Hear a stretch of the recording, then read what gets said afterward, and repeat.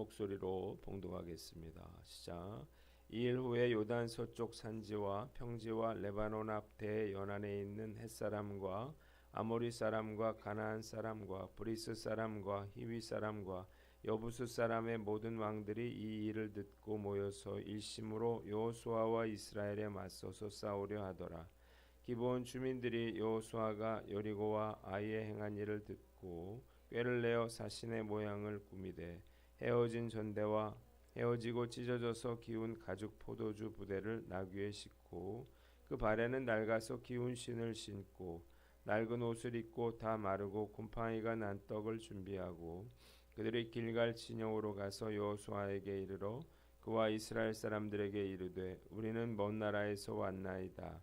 이제 우리와 조약을 맺읍시다 하니 이스라엘 사람들이 히비 사람에게 이르되 너희가 우리 가운데 거주하는 듯하니 우리가 어떻게 너희와 조약을 맺을 수 있으랴 하나 그들이 여호수아에게 이르되 우리는 당신의 종들이니이다 하매 여호수아가 그들에게 묻되 너희는 누구며 어디서 왔느냐 하니 그들이 여호수아에게 대답하되 종들은 당신의 하나님 여호와의 이름으로 말미암아 심히 먼 나라에서 왔사오니 이는 우리가 그의 소문과 그가 애굽에서 행하신 모든 일을 들으며 또 그가 요단 동쪽에 있는 아모리 사람의 두 왕들 곧 헤스본 왕 시온과 아스타롯에 있는 바산 왕 옥에게 행하신 모든 일을 들었음이니이다.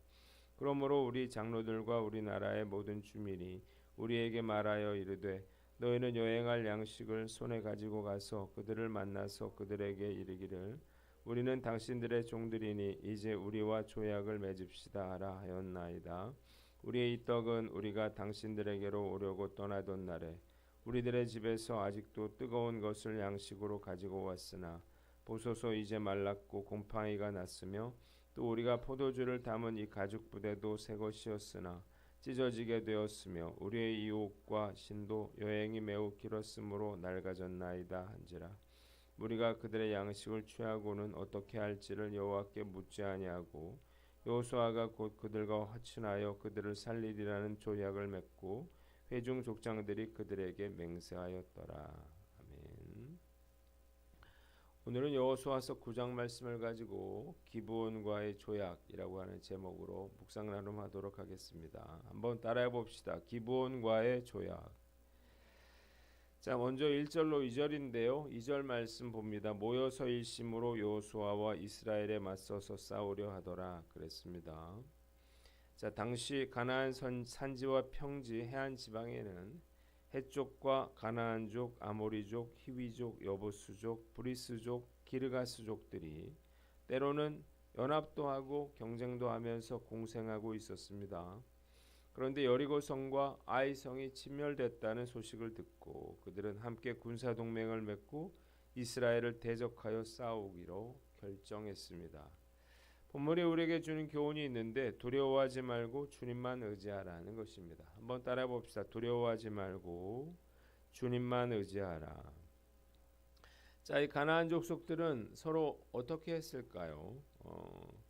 그들은 늘 그런 알력과 다툼이 있었어요. 그러나 그들의 공동의적인 이스라엘이 나타나자 매우 신속하고 일사불란하게 하나가 되었습니다.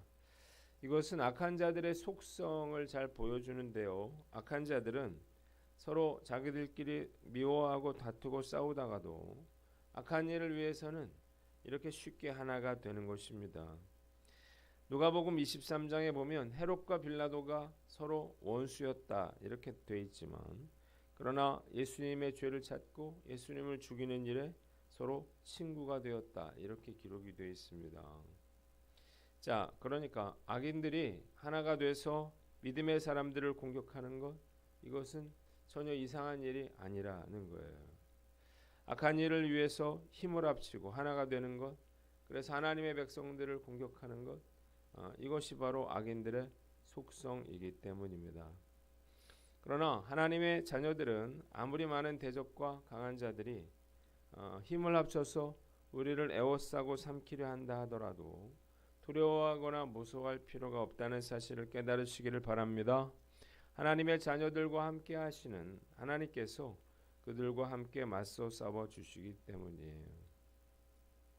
말씀 묵상하면서 악인들이 연합해서 저를 공격했던 상황은 어떤 일이 있었나 생각을 해봤는데 저는 다행히 그런 일은 거의 없었던 것 같아요.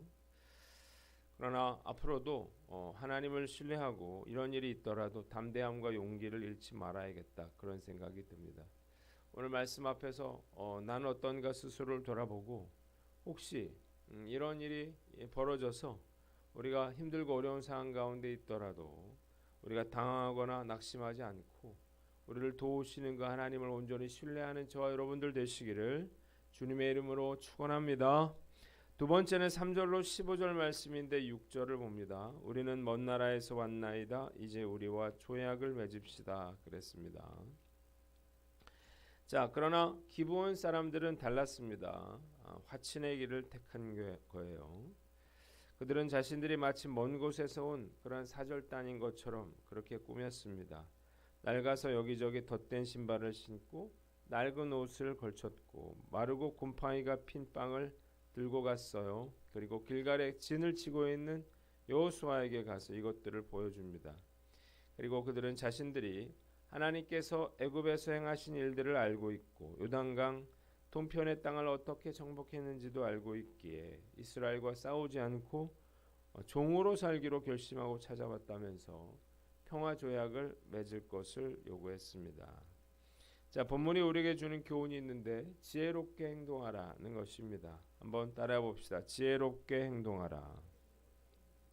자, 가나안의 7족속을 얘기했는데 기브온은 가나안의 다른 성읍들에 비해서 매우 강성했고 큰 영향력을 미치고 있었습니다. 그럼에도 불구하고 그들은 하나님과 함께 하시는 이스라엘 백성과 도저히 싸워 이길 수 없다는 사실을 알았어요. 그래서 어떻게 할까 고민을 하다가 사신을 보내서 마치 그들이 먼 곳에 사는 자들인 것처럼 그렇게 꾸몄다는 거예요. 그러니까 먼 거리에 있는 백성들이 평화조약을 맺으면 살 수 있을 거라 이렇게 생각한 거예요. 그러니까 가나안 족속들은 하나님이 진멸하라고 했지만 먼 곳에 사는 그러한 족속들은 그 평화조약을 맺으면 죽이지 말라고 하는 그런 하나님의 말씀을 이들이 알고 있었던 것 같아요. 자, 이것은 속임수였지만 기브온 입장에서는 매우 지혜로운 그러한 판단이었습니다. 만약 이렇게 하지 않았더라면 기브온 족속은 다 진멸될 것이었기 때문입니다.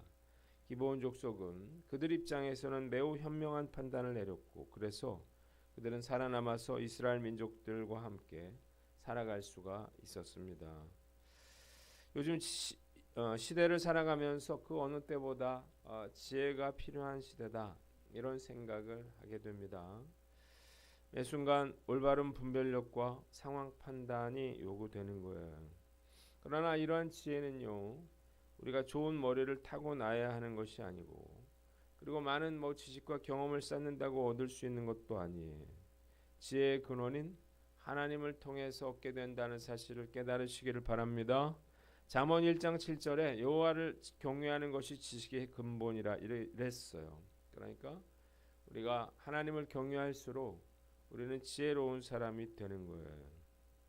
지혜의 사람 다니엘의 꿈 해석 능력은 그의 능력이 아니라 전적으로 하나님이 주신 지혜였다는 사실을 깨달으시기를 바랍니다. 그래서 우리가 기도 중에도 이런 지혜를 얻을 수 있지만 가장 좋은 방법은 날마다 하나님의 말씀을 묵상하는 것이라는 생각을 해봅니다. 예전에 잠언서를 제가 매주 강의하면서 하나님의 지혜의 놀라움에 감탄한 적이 한두 번이 아니었어요. 그리고 제가 요즘 전도서를 강의하고 있지 않습니까? 전도서를 강의하면서도 마찬가지인 것 같아요. 하나님의 말씀을 매일 묵상하고 기도하는 사람은 그 어떤 사람도 이길 수 없다는 사실을 깨달으시기를 바랍니다. 하나님께서 그에게 지혜를 허락해 주시기 때문이에요. 마지막 때는 특별히 목회자들에 대한 사단의 간교한 그러한 공격이 집중이 되는데 이 목회자들은 특별히 하나님이 주시는 그러한 지혜를 깨달아야 할 것입니다. 오늘 우리에게도 여러 가지 해결할 수 없는 그러한 많은 문제들이 있어요. 이것이 좋은 것인지 저것이 좋은 것인지 우리는 참 알 수 없고 내일 어떤 일이 일어날지 우리는 도무지 알 수 없습니다. 우리가 해야 될 건 하나님께 지혜를 구하는 거예요. 오늘 우리가 기도의 자리로 다시 한번 나와 있는데 여러분들의 그런 문제들을 주님 앞에 내놓고 하나님께 기도로 구함으로 그 문제들을 해결하는 놀라운 축복과 은혜가 함께 하시기를 주님의 이름으로 축원합니다. 마지막으로 14절로 15절인데 15절을 봅니다. 여호수아가 그들과 조약을 맺고 그들에게 맹세하였더라 그랬습니다. 여호수아와 이스라엘 백성들은 이 사절단의 오래된 음식을 살펴봅니다. 그리고 이 문제를 놓고 하나님께 묻지 않고 그들과 평화 조약을 맺고 이 조약을 지키기로 맹세했습니다. 자, 본문이 우리에게 주는 교훈이 있는데 하나님께 물어라는 것입니다. 한번 따라해 봅시다. 하나님께 물어라. 자, 이스라엘 백성들이 아이성 전투에서 하나님께 묻지 않고 전쟁에 임했다가 큰 어려움을 겪었죠. 그런데 이번에도 오늘 본문을 보면 이 일에 대해서 하나님께 묻지 않고 기브온 주민과 평화 조약을 맺은 것을 우리가 알 수 있습니다. 자, 왜 이런 조약을 맺지 않았을까요? 그냥 믿었던 거죠. 멀리서 봤구나 이런 생각을 하고 그냥 평화 조약을 좋은 마음으로 맺어준 거예요. 이것은 이스라엘이 저질렀던 또 한 번의 뼈아픈 그러한 실수였습니다. 왜냐하면 그들은 가나안 족속을 다 진멸하라고 하신 하나님의 명령을 지킬 수가 없게 됐기 때문이에요. 자, 본문이 우리에게 뭘 보여줍니까? 우리가 하나님께 일일이 묻는다고 하는 것, 이것이 정말 쉽지 않다는 거예요. 만약 그들이 하나님께 물었더라면 이런 똑같은 실수는 되풀이하지 않았을 것입니다. 여러분도 눈에 보이는 것에 속지 마시기를 바랍니다. 얼마든지요. 사람들은 그럴듯하게 우리를 속일 수가 있는 거예요. 저도 뼈아픈 이런 경험이 있는데 오래전에 콘도 회원권에 당첨을 받아서 제세 공과금만 내면 무료로 사용할 수 있다고 해서 그걸 구입한 적이 있었어요. 공짜이고 무엇보다 교회에서 이거 구입해두면 유용하게 사용할 수 있겠다 이렇게 생각을 했어요. 그랬고 구입을 했는데 몇 년 동안 잘 사용했어요. 경포 콘도였어요. 현대 경포 콘도. 그런데 문제가 생겼어요. 이 콘도가 다른 회사로 넘어가면서 회원권을 유지하기 위해서는 펜션 회원권 분양을 따로 받아야 한다는 거예요. 찾아온 직원에게 제가 포기 의사를 밝혔는데 기타 비용 450만 원을 카드로 결제를 해주면 매달 수익금으로 9개월 동안 입금을 해주겠다면서 바로 그 자리에서 첫 달치를 50만 원을 입금해 주겠다고 했습니다. 그리고 무엇보다 등기 설정을 제 이름으로 해줄 거기 때문에 아무런 문제가 없다는 거예요. 고민은 했지만 큰 손해는 아니라고 생각을 했어요. 일단 기존에 그런 회원권을 쓸 수가 없게 됐고 그리고 보니까 평창에 있는 그 펜션은 괜찮더라고요. 그래서 이걸 이용은 할 수 있지 않겠나 이제 그런 생각을 한 거죠. 그리고 등기까지 해준다니까 이건 사기는 아니겠다 이런 생각을 하고 그리고 덜컥 계약을 했습니다.